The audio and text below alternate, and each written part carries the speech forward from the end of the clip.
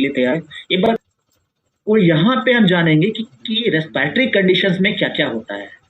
मतलब ये कि ये सारा प्रोसेस अगर सही से हो रहा है ना, अगर सारी चीजें सही से हो रही हैं तब तो बढ़िया है, एवरीथिंग इज गुड। क्योंकि हमें तो ऑक्सीजन चाहिए ही डे टू डे फंक्शन के लिए, कोई भी हम फंक्शन करें। और हमारा कोशिका इस ऑक्सीजन का इस्तेमाल भी कर रहा है और तभी एनर्जी क्रिएट भी हो रही है और कार्बन डाइऑक्साइड जो है वो शरीर से बाहर निकल रहा है एज ए वेस्ट। अब अगर रेस्पिरेटरी कंडीशन में प्रॉब्लम हो या ये जो सारी प्रक्रिया हो रही है इसमें कुछ अड़चन आ जाए तो किस तरह के हेल्थ चैलेंजेस होंगे। तो चलिए देखते हैं आपने क्या कहा और क्या चीज़ें ऐड की जा सकती है। तो अस्थमा बिल्कुल सही टॉप में हमने रखा भी है, ब्रोंकाइटिस भी है और सीओपीडी, ठीक है, जैसे कि जो क्रॉनिक ऑब्स्ट्रक्टिव पल्मोनरी डिजीज है, हे फीवर, लैरिंजाइटिस, न्यूमोनिया जैसा आपने कहा। दूसरे लंग कंडीशंस हो सकते हैं और वुपिंग कफ, जिससे कुकुर खांसी कहते हैं ना, वो जो आवाज वाली खांसी होती है, तेजी से खांसने के बाद एक लंबी सी जो दबी से आवाज निकलती है। इसके अलावा भी ये तो कुछ प्रॉब्लम्स होते हैं, इसके अलावा भी yes so many problem, even heart attack का भी हो सकता है। और इसके अलावा कुछ सिम्टम और होंगे जो कि लंग के सही वर्क नहीं करने से या एयरवेज में प्रॉब्लम से हो सकता है, जैसे running nose, block nose, sore throat, breathlessness, सांस लेने में तकलीफ, wheezing, cough, chest pain, phlegm और ब्लड निकलना, है ना, ज्यादा म्यूकस तैयार होना। तो इस तरह के कंडीशन जो है वो हो सकते हैं। अब क्या किया जा सकता है, ठीक है, अगर हम चाहते हैं कि अपने रेस्पिरेटरी हेल्थ को अच्छा रखें तो क्या कुछ कर सकते हैं। एक स्वस्थ रहना है तो हमें जो भी प्रॉब्लम्स है, जो भी रेस्पिरेटरी हेल्थ का सही रखने में जो भी प्रयास किया जा सके जरूर से करना चाहिए। तो जैसा आपने कहा बिल्कुल सही, do not smoke, well said, do not smoke. क्योंकि जिनको लगता है ना कि जो सिगरेट पी रहे होते हैं उनकी उनकी गलत फहमी होती है, असल में हो रहा होता है इसका उल्टा, यानी वो सिगरेट नहीं पी रहे होते, सिगरेट उनको पी रहा होता है। Vehicles on road with CNG to keep environment pollution free, बिल्कुल सही। तो पॉल्यूशन का ध्यान तो रखना ही पड़ेगा, एकदम एग्रीड, बिल्कुल सही है। तो अवॉइड हार्मफुल एनवायरमेंटल फैक्टर्स जैसे कि स्मोक, डस्ट, केमिकल, ऐसी चीज़ों से बचकर रहना चाहिए। हेल्दी डाइट यूज़ करना चाहिए, हेल्दी वेट मेंटेन करना है। एक्टिव लाइफ, क्योंकि जब आराम से सीडेंटरी लाइफ होगा तो फिर बहुत सारे प्रॉब्लम्स होंगे। और ब्रीदिंग एक्सरसाइज जैसा आपने कहा, और एक्सरसाइज अगर करते हैं कोई, और अगर भारी भरकम एक्सरसाइज करते हैं और कुछ हेल्थ प्रॉब्लम है तो एक बार डॉक्टर से सलाह लें। एक और चीज़ जो इंपॉर्टेंट है कि अगर आप वॉकिंग करते हैं, ब्रिस्क वॉकिंग करते हैं, करना चाहिए, वेरी गुड, पर बिजी रोड के आसपास ना करें, जहाँ पे बहुत ज्यादा व्हीकलर पॉल्यूशन है उसके आसपास ना करें।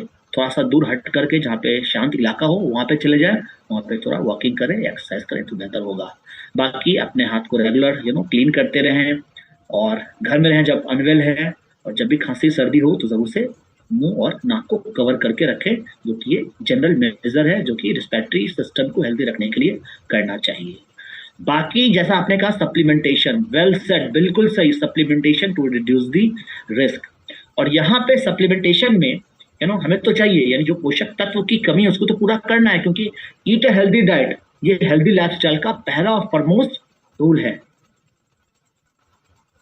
यहाँ पे जो हमारे पुराने जो भी ऋषि महात्मा थे, उनका जिनका आयुर्वेद पर काफी पकड़ थी, उन्हें कुछ ऐसे जड़ी बूटियों की खोज की जो हमारे रेस्पिरेटरी हेल्थ को काफी अच्छा रख सकता है।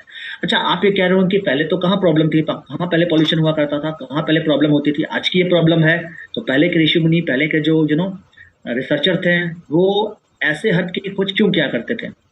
क्योंकि याद रहे आयुर्वेदा का एक नियम है, अगर आपको हेल्दी होना है तो 3 चीजों पर फोकस करें, ओजस, तेजस, प्राणा। ओजस, तेजस, प्राणा। ओजस यानी इम्यूनिटी, तेजस यानी कि डाइजेस्टिव फायर यानी कि डाइजेशन, और तीसरा प्राणा, प्राणा यानी कि ब्रीदिंग। तो 3 चीजों को आप अच्छा कर लो, आप स्वस्थ रहोगे, ओजस, तेजस, प्राणा। और इसलिए आयुर्वेदा ने इस प्रिंसिपल पर वर्क किया कि कैसे हमारा जो ब्रीदिंग सिस्टम है वो बढ़िया हो, वो बेहतर होता जाए। और इसलिए आयुर्वेदा ने सॉल्यूशन भी दिए है, और आयुर्वेदा हमारा 5 साल से है, 5000 साल से है, और इंडिया में ही इसकी शुरुआत हुई थी। और यहाँ पे जो भी बहुत गहन रिसर्च हुआ, क्योंकि एक समृद्ध इतिहास रहा है हमारा, और काफी बढ़िया ये चिकित्सा पद्धति आज यूएनओ भी आयुर्वेद को मान्यता देता है एज अ मेडिकल सिस्टम। तो क्लीनिंग योर नजल पैसेज, जो कि हमारे जो नजल एरिया उसको मॉइस्चराइज करेगा और इसके साथ साथ जो डर्ट पॉलन है इससे बचा कर रखें। अब यहाँ पे कौन सा ऐसा हर्ब है जो ब्रीदिंग के लिए, जो रेस्पिरेटरी हेल्थ के लिए काम में आता है, और उसमें नाम आएगा वसाका। तो चलिए पहले वसाका के बारे में बात करते हैं। वसा मतलब होता है परफ्यूम, खुशबू, यानी एरोमेटिक फ्लावर, जिस पौधे की बहुत अच्छी खुशबू होती है। और बंगाली में एक प्रोवर्ब है कि a person can not die of disease in an area where nirgundi, vasaka and vacha are found. यानी तीनों अगर एक साथ एक ही जगह पर मिले तो कोई व्यक्ति कभी भी बीमारी से नहीं मर सकता। ठीक है, तो वाइटेक्स जो नेगुंडू होता है या वसाका, जिसके बारे में मैं बात की या बात करूंगा, और एक्रोस जो कैलेमस करके पौधा है, ये तीनों के बारे में काफी अच्छा कहा गया। चलिए वसाका के बारे में थोड़ा और जानते हैं। वसाका को हम मालाबार नट भी कहते हैं इंग्लिश में। ठीक है, अदत होत दही तमिल में, वसा तेलुगु में, आरुषा हिंदी में, और एक पोटेंट आयुर्वेदिक प्लांट है जो रेस्पिरेटरी सिस्टम को इनहांस करता है। और सच कहा जाए तो इस प्लांट के मल्टीफोल्ड क्यूरेटिव बेनिफिट होते हैं। जैसे कि कहा जाता है कि ये बहुत सारे health problem, breathing trouble, cough, cold, nasal congestion, sore throat, asthma, bronchitis, upper respiratory tract infection, Recording stopped. इन सभी में ये कारगर है। तो बहुत ही सारे इसके अच्छे इफेक्ट देखे गए हैं। और ये असल में इसका जो काम है ना, ये जमा हुआ जो म्यूकस होता है, खासकर जब सर्दी खांसी होती है और जब भी इम्यूनिटी लो होता है, तो क्या होता है, जो रिस्पिरेटरी सिस्टम है वो सबसे पहले अफेक्टेड होता है। तो वायरस, बैक्टीरिया, पैथोजेंस का अटैक के कारण बहुत सारा म्यूकस सीक्रेट हो जाता है, तो काफी डिस्कम्फर्ट फील करते हैं। तो ये क्या करता है, ये जो जमा हुआ कफ है इसको शरीर से नेचुरली बाहर करता है। तो कोई भी कफ और कंजेशन है, थ्रोट कंजेशन, इन सबको बचाता है और एक अच्छा यानी बढ़िया से नींद ले सके इसको ये एंश्योर करता है। और थकान से भी बचाता है, साथ ही साथ राहत प्रदान करता है। रिच एंटी इंफ्लामेटरी है, एंटीबायोटिक एक्सपेक्टोरेंट प्रॉपर्टी है, इसीलिए इसका कॉमन कोल्ड, कफ और फ्लू सिम्टम में इसका काफी अच्छा रोल देखा गया है। इसके अलावा चेस्ट और नजल कंजेशन से तो ये छुटकारा देता ही है, क्योंकि एक्सेस जब स्पूटम होगा जिससे कि नजल डिस्चार्ज बढ़ जाता है तो उसको भी ये रोकता है। और ये अस्थमा और ब्रोंकाइटिस के ट्रीटमेंट में, तो साइनसाइटिस जैसा आपने कहा, स्नोफिलिया वगैरह, सब में ये काफी कारगर इसको देखा गया है। तो ये काम केवल वसाका का है, याद रहे। एक और है ऐसा जो हर्ब है जो कि सुपर फूड कहलाता है। ये हमारे घरों में, किचन में होता है, और ये हमारे फूड को काफी टेस्टी बना देता है, पर इसके बहुत सारे हेल्थ बेनिफिट होते हैं। और ये है मुलेठी, बिल्कुल सही। तो मुलेठी का एक्सपेक्टोरेंट और ब्रोंकोडायलेटर प्रॉपर्टीज है। ब्रोंकोडायलेटर मतलब क्या हो कि कफ जमा है, ये क्या करता है, थोड़ा डायलेट कर देता है, फैला देता है, ताकि श्वसन क्रिया अच्छी हो सके। इसके अलावा जो संगीतज्ञ होते हैं, संगीतकार होते हैं, मतलब जो गायक होते हैं, वो इसका प्रयोग करते हैं गले को साफ करने के लिए। तो खांसी में या ब्रोंकाइटिस है या फिर क्रॉनिक आस्थमा है, इन सब में भी काफी कारगर देखा गया है। और ये क्या करता है, जो जमा हुआ म्यूकस है उसको थोड़ा सा पतला करता है, थोड़ा सा सॉफ्ट करता है, ताकि ये शरीर से आसानी से बाहर हो जाए, और फिर ये कफिंग और कंजेशन में भी राहत देता है। सच पूछा जाए तो मुलेठी दादी माँ के नुस्खों में इसको काफी बड़ा स्थान दिया गया है। यानी पुराने समय जो भी दादा दादी होते थे ना, वो उनका एक अलग नुस्खा होता था कि आप ये ले लो, ये खा लो, ये प्रॉब्लम हो रही है तो ये उसको पीस के खा लो, ये दवा के खा लो। तो मुलेठी का यहाँ पे भी, मुलेठी का चूर्णा का खासकर क्लासिक आयुर्वेदिक के रूप में बहुत ही बेहतर इस्तेमाल देखा गया है। अब वसाखा और मुलेठी दोनों एक साथ एक ही जगह पे मिल जाए तो कहना क्या है, क्या ऐसा हो सकता है? यस, हुआ है। और ये हुआ है आपके प्रोडक्ट जिसका नाम है वसाखा, मुलेठी और सुरासा। और मैं बता दूं कि अगर रेस्पिरेटरी हेल्थ प्रॉब्लम होगी तो ये प्रॉब्लम होगी क्यों, ये प्रॉब्लम होती क्यों है, क्योंकि high level of pollution, tobacco smoke, low immunity level, asthma, और जो ऑक्यूपेशनल केमिकल्स, डस्ट होता है। तो वसाखा मुलेठी सुरासा, जिसको हम शॉर्ट में कहते हैं, शॉर्ट में कहलाता है MST, MST है ना, आई एम सो सॉरी। ठीक है, ये MSV है, MSV। ठीक है, MSV। एक होता है ना MST यानी महेंद्र सिंह धोनी, MSD महेंद्र सिंह धोनी, उस तरह से हमारा ये महेंद्र सिंह धोनी है वसाखा मुलेठी सुरासा। तो ये क्या करता है, ये एक्सपेक्टोरेंट में, यानी कि पावरफुल एक्सपेक्टोरेंट है, एंटी इंफ्लामेटरी है, साथ ही साथ रेस्पिरेटरी हेल्थ को मेंटेन करता है, जो पॉल्यूशन का इफेक्ट है उससे बचाता है, और एंटीऑक्सीडेंट प्रॉपर्टीज देता है। और साथ ही साथ इसमें सुरासा भी है, सुरासा यानी कि तुलसी, जिसका इम्यूनो मॉड्यूलेटरी प्रॉपर्टीज है।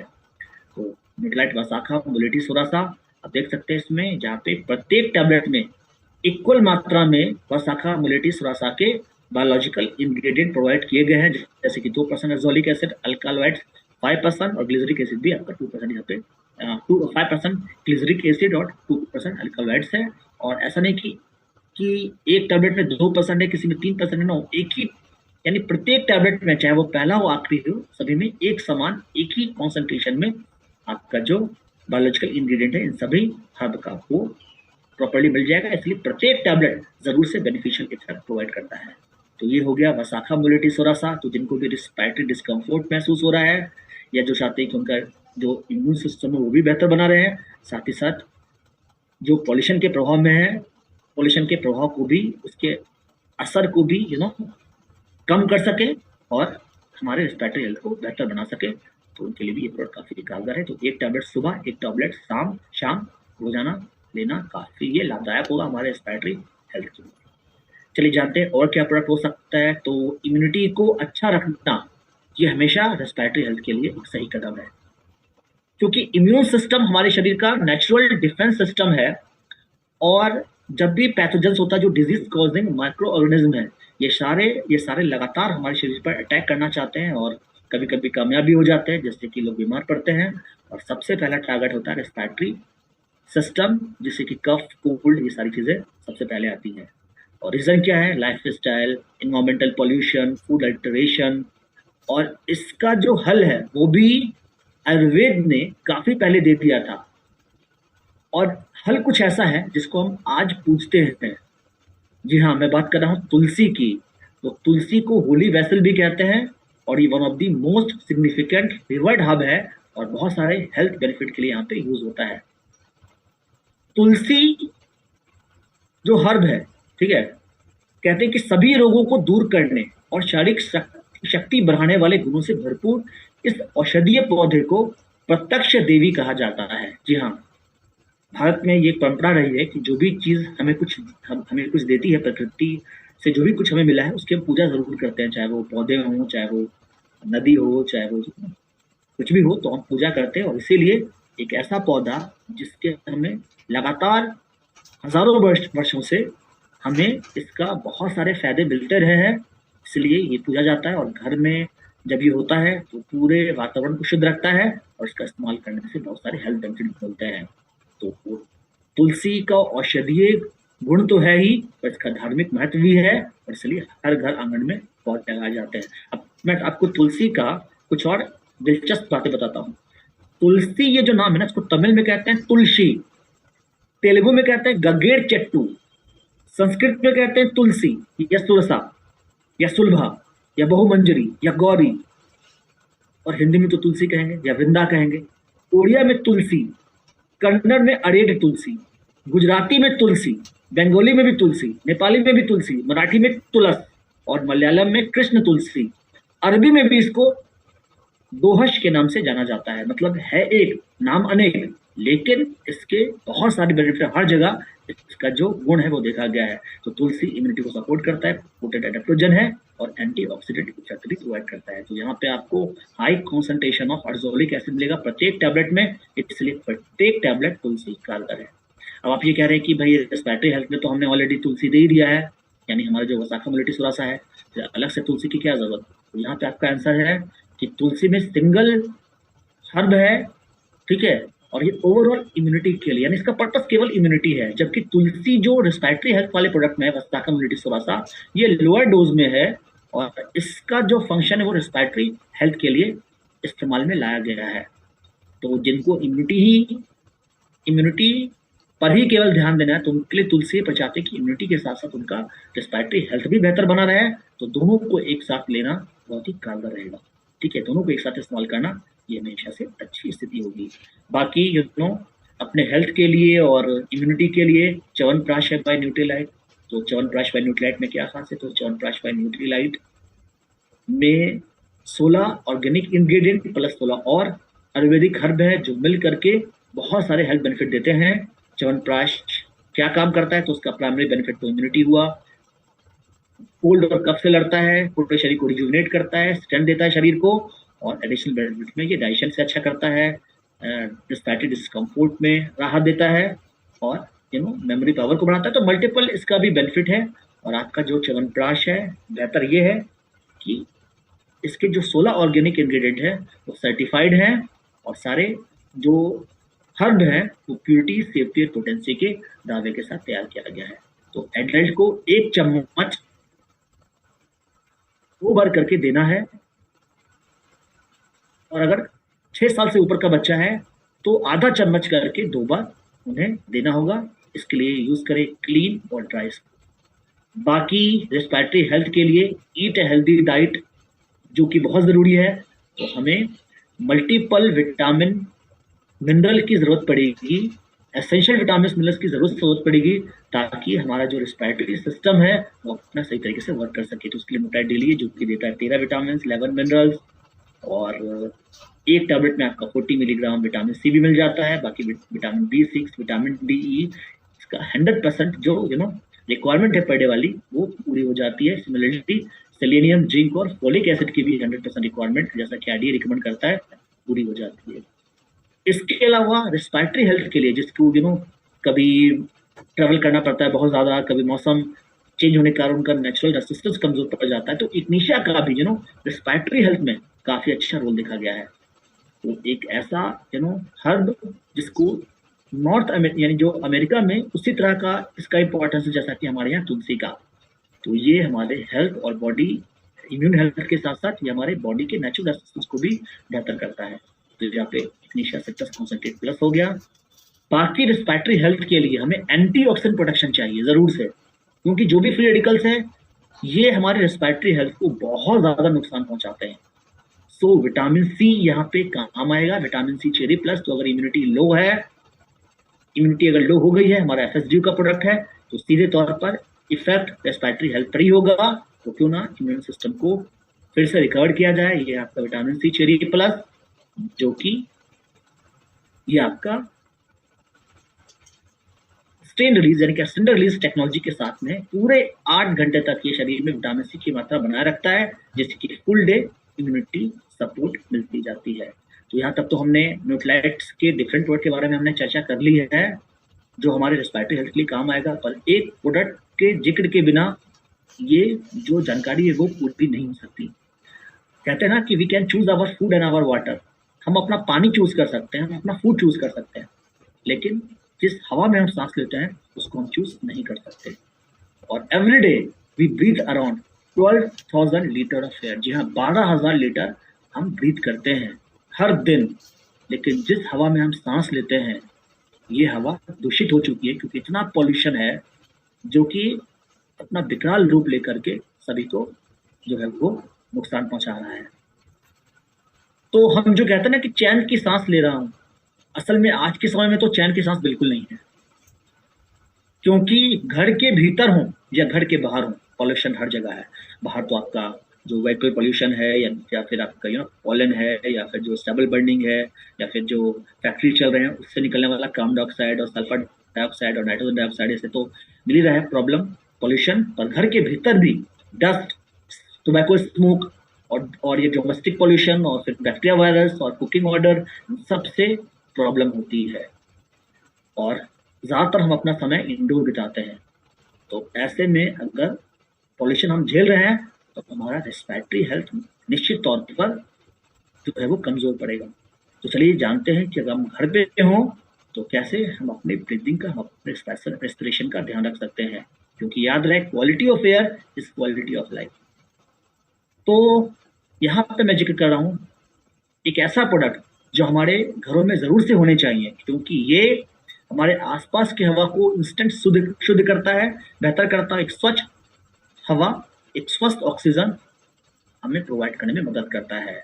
और खासियत ये है आपके एटमॉस्फेयर मिनी की, ये 0.0024 माइक्रोन के साइज को कैप्चर करके, ठीक है, यानी सिंगल पास एफिशिएंसी में, मतलब ये हुआ कि मान लेते हैं कि एक रूम में 10,000 से ज़्यादा के पार्टिकल्स हैं, पैथोजेंस हैं, डिजीज कॉजिंग माइक्रो ऑर्गेनिज्म है, और आपने एटमॉस्फेयर मिनी ऑन कर दिया है, तो उनमें से 9,999 क्लीन हो जाएंगे, बाहर निकल जाएंगे, केवल एक रह जाएगा 10,000 में एक। यही है 99.99% सिंगल पास एफिशिएंसी। और कितना छोटा, 0.0024 माइक्रोन, सोच सकते हैं इतना छोटा। ठीक है, इवन PM2.5 भी अगर होता है तो भी इसको आंखों से नहीं देख सकते हैं, माइक्रोस्कोप चाहिए। और यहाँ तो 0.0024 माइक्रोन के पार्टिकल्स को भी ये कैप्चर कर लेता है। और इसके लिए यहाँ पे 3 स्टेज फिल्ट्रेशन सिस्टम दिए गए हैं, जो कि एयर को क्लीन करके एक शुद्ध हवा आप तक पहुंचाएगा। और अगर आपने अभी तक यूज नहीं किया तो एक बार यूज करके देखिए। ठीक है, आप आराम से एक अच्छी नींद लीजिए, सुबह उठिए, आपको फ्रेशनेस जो महसूस होगा उससे आपको पता चल जाएगा। क्योंकि आमतौर पर जब भी धूल गंदी होती है ना, तो सुबह उठने पर नाक में कुछ भरा हुआ, कुछ इस तरह के ये ब्लॉक नोज जैसे होते हैं, और यहाँ पे आपको बिल्कुल नहीं होगी। जो मैंने एक्सपीरियंस देखा है, तो ये जरूर से होने चाहिए। तो ओवरऑल सारे प्रोडक्ट हमारे रेस्पिरेटरी हेल्थ को अच्छा करते हैं। So thank you so very much